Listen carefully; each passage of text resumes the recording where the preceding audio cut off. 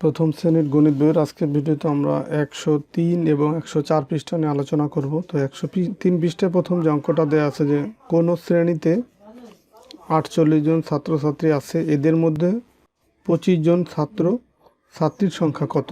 তো এখানে দেখো ছবির মাধ্যমে দেখানো আছে। এখানে এই যে 5, 5, 10, 15, 20, 25, 30, 35, 40, 45, 48 এই মোট 48 জন ছাত্রছাত্রী আছে। এদের মধ্যে 25 জন ছাত্র।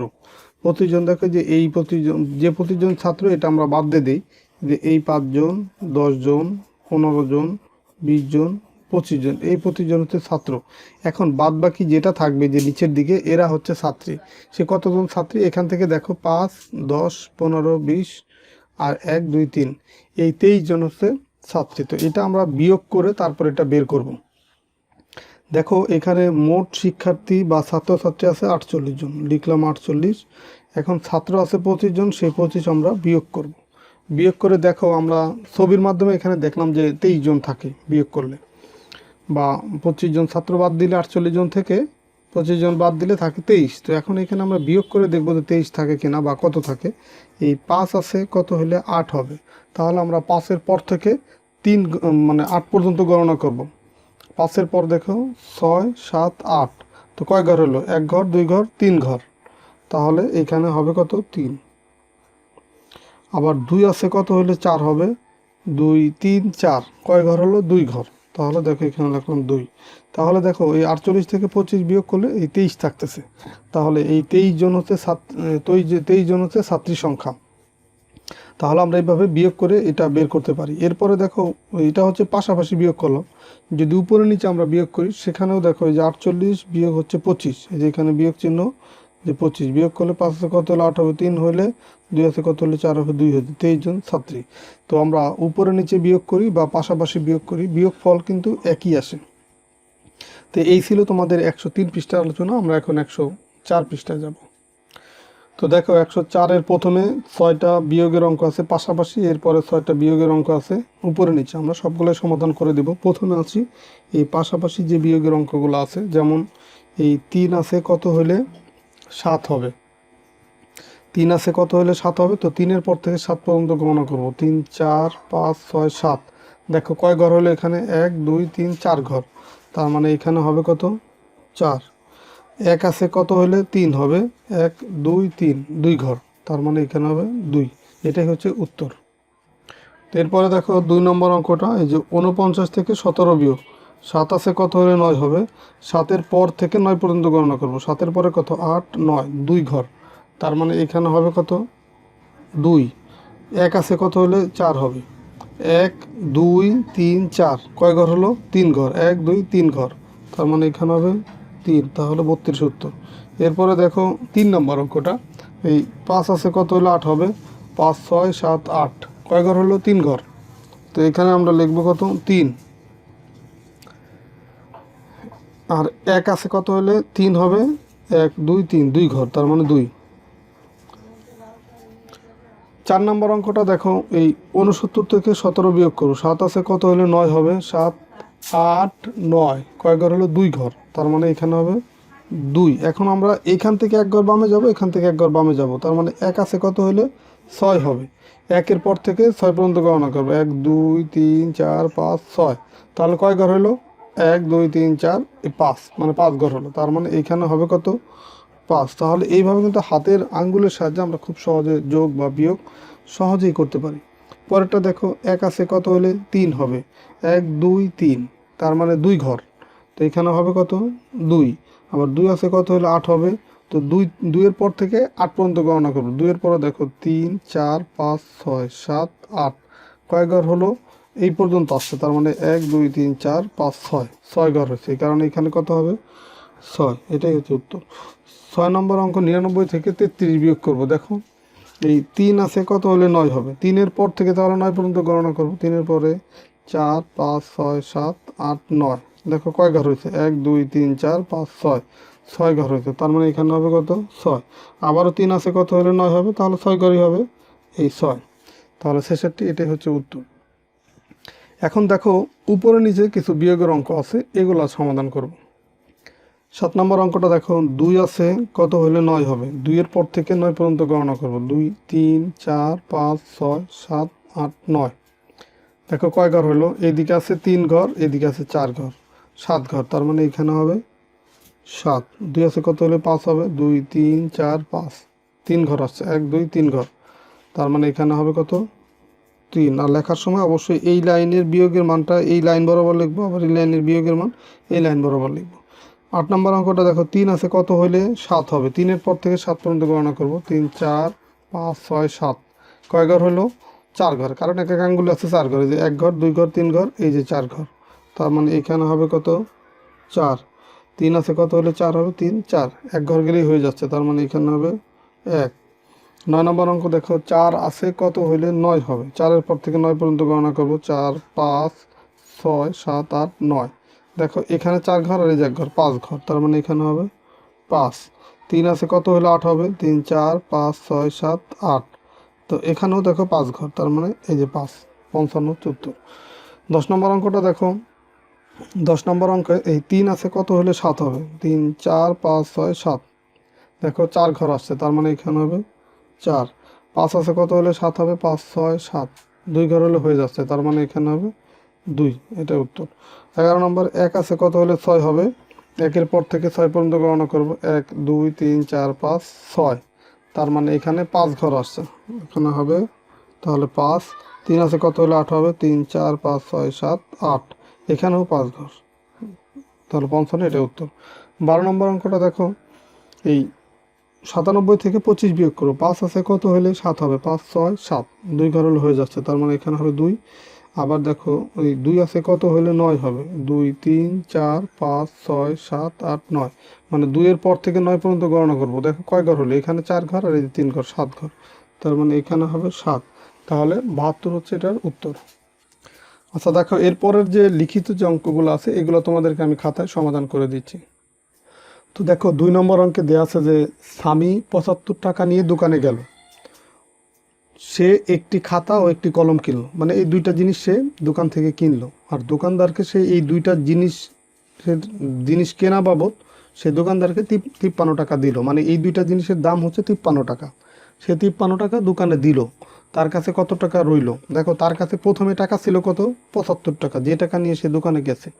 আর এই একটা খাতা একটা কলম কেনার পরে দোকানদারকে যেহেতু 53 টাকা দিয়ে দিছে, তার মানে তার কাছে এই 75 টাকা থেকে 53 টাকা কমে গেছে, যেহেতু এই টাকাটা দোকানদারকে দিয়ে দিছে। তো তাহলে এই 75 থেকে 53 বিয়োগ করলে যে টাকাটা থাকবে এটাই তার কাছে রইল, মানে ওই টাকাটাই তার কাছে থাকবে। তো এটা আমরা দেখো এইভাবে লিখবো যে স্বামী দোকানে নিয়ে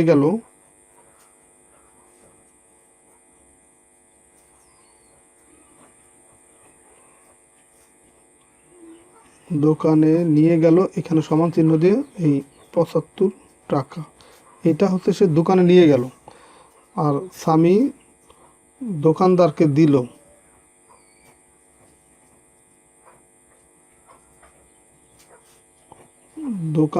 দিল কত টাকা, সমান সমান দিয়ে এই 75 বরাবর আমরা লিখবো কত 53 টাকা, এটা দোকানদারকে দিল। তাহলে এই 75 থেকে 53 বিয়োগ করলে যে টাকা থাকবে সেটাই তার কাছে রইল। তাহলে এখানে যে স্বামীর কাছে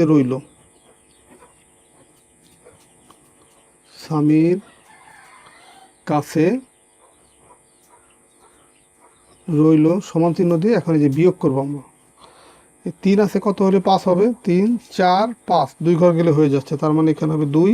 5 আছে কত হলে 7 হবে। 5 6 7, 2 হলে, তার মানে এই 22 টাকা স্বামীর কাছে রইল। এটাই কিন্তু তাহলে উত্তর, যে স্বামীর কাছে কত টাকা রইল, 22 টাকা রইল, এটাই হচ্ছে উত্তর। এই যে এখানে তুমি ছোট করে উত্তর লিখে দেবা। এরপরে দেখো 3 নম্বর অঙ্কটা। 3 নম্বর অঙ্কে দেখো দেয়া আছে যে রিয়াদের বাগানে 57টি আম গাছ ও 33টি কাঁঠাল গাছ আছে। তাদের বাগানে কোন গাছ বেশি এবং কতটি বেশি। তো এখন এই টাইপের যে বেশি শব্দ যদি থাকে তো তাহলে বিয়োগ করতে হয়। তো আর কি কি শব্দ থাকলে বিয়োগ করতে হয়, বেশি বা কম বা পার্থক্য বা তুলনা যদি করতে বলে, এই টাইপের শব্দগুলো থাকলেই বিয়োগ করতে হয়। আর বিয়োগ সবসময় হচ্ছে কি বড় মান থেকে ছোট মানটা বিয়োগ করতে হয়। তো এখন এইখানে দেখো রিয়াদের বাগানে এই আম গাছের সংখ্যা ছিল 57টি, কাঁঠাল গাছের সংখ্যা ছিল 33টি। তো এখানে প্রথম প্রশ্ন যে তাদের বাগানে কোন গাছ বেশি আছে। তো এই যে 57 আর 33 এই দুইটা মান থেকেই কিন্তু বোঝা যাচ্ছে যে এখানে 57 সংখ্যাটা বড়। তার মানে তুমি প্রথমেই লিখবা যে তাদের বাগানে আম গাছের সংখ্যা বেশি। এখন কতটি বেশি সেটা বের করার জন্য তুমি এখানে লিখবা যে বাগানে আম গাছ আছে,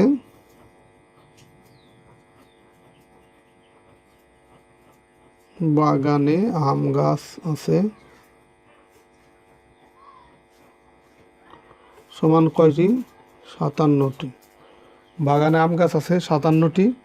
আর কাঁঠাল গাছ আছে কয়টি? বাগানে কাঁঠাল গাছ আছে 33টি। এই 57 নিচেই কিন্তু 33 লিখতে হবে, ডানে বাঁয়ে লেখা যাবে না। যেমন 7-এর নিচে 3, এই 5-এর নিচে আরেকটা 3, এতটি। এখন এই যে কোন গাছের সংখ্যা বেশি, কতটি বেশি সেটা বের করার জন্য যে এখানে আমরা বিয়োগ করব, 57 থেকে 33 বিয়োগ করব। এখন এই আম গাছের সংখ্যা বেশি, তো কতটি বেশি সেটার জন্য যে লিখব যে সুতরাং বাগানে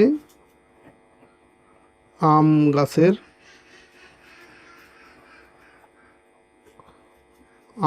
আম গাছের এখানে প্রশ্নটা কি কতটি বেশি, যে আম গাছ এখানে লিখবো যে আম গাছ বেশি আছে, বেশি আছে সমান চিহ্ন দিয়ে বিয়োগ করবো। 3 আছে কত হলে 7 হবে, 3-এর পর থেকে 7 পর্যন্ত গণনা করবো। 3, 4, 5, 6, 7, দেখো 4 ঘর, তার মানে এখানে হবে 4।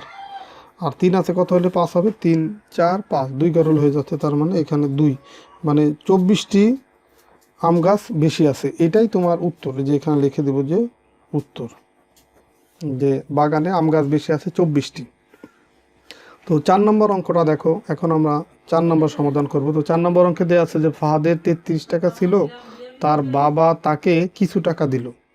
কিছু টাকা বলতে কত টাকা সেটা কিন্তু বলে না, বলছে কিছু টাকা দিল। তো এখন তার 75 টাকা হলো। দেখো তার কাছে আগে ছিল হচ্ছে 33 টাকা, আর তার বাবা কিছু টাকা দেওয়ার ফলে তার হয়ে গেছে কত? 75 টাকা। তার বাবা তাকে কত টাকা দিছে? তো এখন এই 75 থেকে যদি আমি আগের যে টাকা ছিল সেটা বিয়োগ করে দিই, তাহলে কত টাকা দিছে সেটা আমরা পেয়ে যাব। তাহলে এখানে লিখব যে ফাহাদের টাকা হলো, ফাহাদের টাকা হলো, বা মোট টাকাও লিখতে পারো, যে মোট টাকা হলো কত? এই 75 টাকা। এখন এই ফাহাদের টাকা ছিল, ফাহাদের টাকা ছিল হচ্ছে কত? 33 টাকা। এই 33 যেহেতু আমরা বিয়োগ করবো, এই 75-এর নিচেই লিখবো যে 33 টাকা, এটা হচ্ছে ফাহাদের ছিল।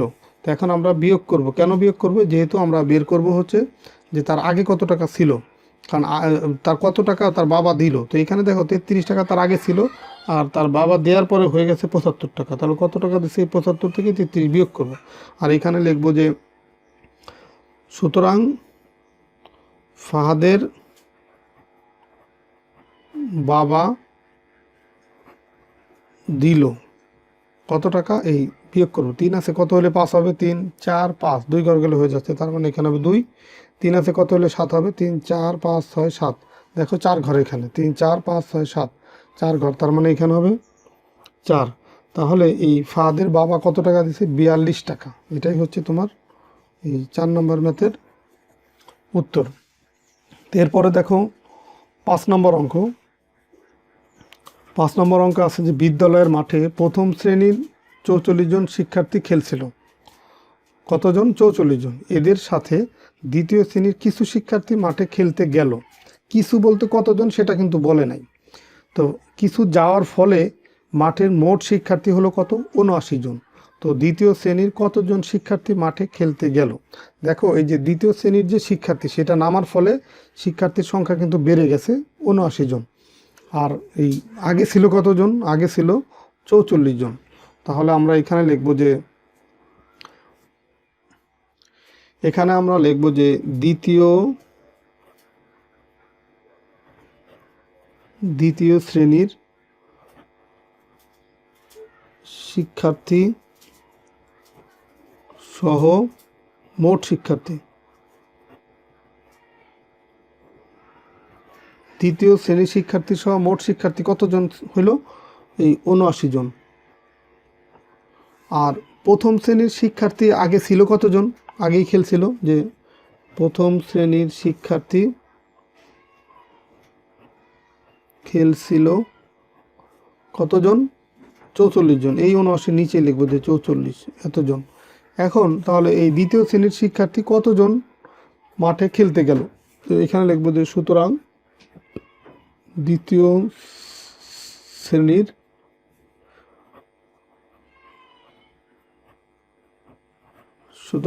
শ্রেণীর শিক্ষার্থী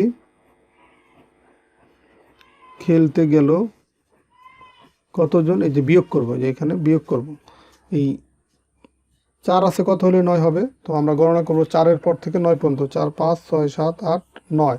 দেখো এই যে 5 ঘর হয়েছে, তার মানে এখানে হবে 5, 4 আছে কত হলে 7 হবে, 4 5 6 7, দেখো 3 ঘর, তার মানে এখানে হবে 3। তাহলে এই দ্বিতীয় শ্রেণীর শিক্ষার্থী খেলতে গেল কতজন, 35 জন। এটাই কিন্তু তোমার এই 5 নম্বর অঙ্কের উত্তর। এরপর আমরা দেখো 6 নম্বর অঙ্কটা করব, যে একটি ক্রিকেট ম্যাচে রাফি 37 রান, অভি 22 রান করেছে।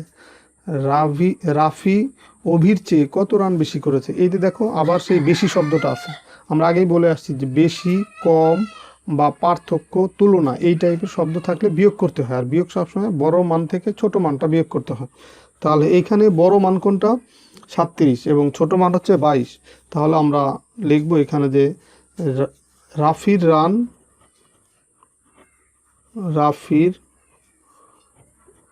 রান সংখ্যা